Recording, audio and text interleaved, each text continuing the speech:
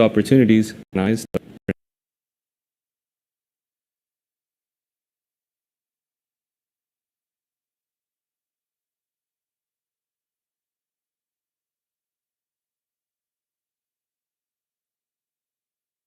I'm glad. I'm actually, it's encouraging, and to see the international community actually paying attention now to what's going on here, because I think it affects the whole world. The narco-terrorists that operate here have operations in Europe, have operations in the US, and I think that we need to solve the problem from the roots, and the root of the problem is here. I think what we're trying to establish in Ecuador is a new security system, and to have secure ports to control borders in a different manner. Our penitentiary system also to have real changes that haven't occurred in the last decade. So I think that right now it's the time to take control. We have to establish the truth. The truth is that there is an armed conflict locally. It's an unconventional militias, heavily armed, very well organized, and with a lot of money. So it's a combination of two things. First, security, to establish security for business, for education, for the population in general, and also on the economic side to give opportunities to young people, which end up in these militias and end up committing crimes and horrendous things. I think that it has to be simultaneous. And at the same time, we cannot continue in this game that these groups, these terrorist groups, are trying to establish. And now they appear that they want to talk about the Geneva Convention, and now they want to talk about human rights, and that they are just victims of the system. One person, the one that was talking in these videos, he's holding hostage.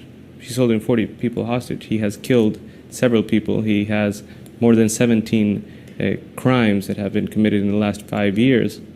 So I think that on the communication side, we need to stick to the truth, and we need to also evaluate what these people have done in the past and how many families they've affected in the past. First, population in the CPLs, in the jails.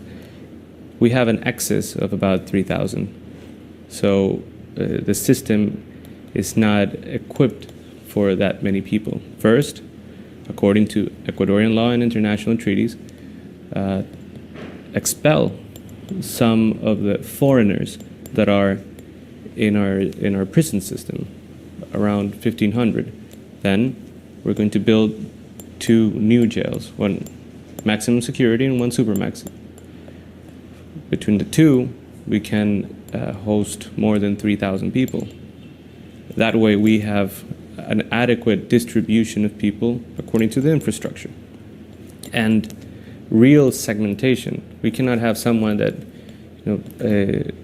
crossed a red light and is in prison next to someone that has raped 5 women or has killed 3 people. So that is also key, to have the right segmentation, to separate people according to their crimes, and also to be far away from the areas where they've committed those crimes. They could commit 100 murders somewhere else, but if he's in Ecuador, he cannot be extradited to any country. So it's a game, it's a mechanism for criminals to stay in a place where they're safe. It's illegal to extradite someone. Even, like I said, even if they committed 100 crimes in the UK or 100 crimes in the US or anywhere, if he's in Ecuador, he cannot be extradited. And can you win that fight, given everything that's stacked up against you?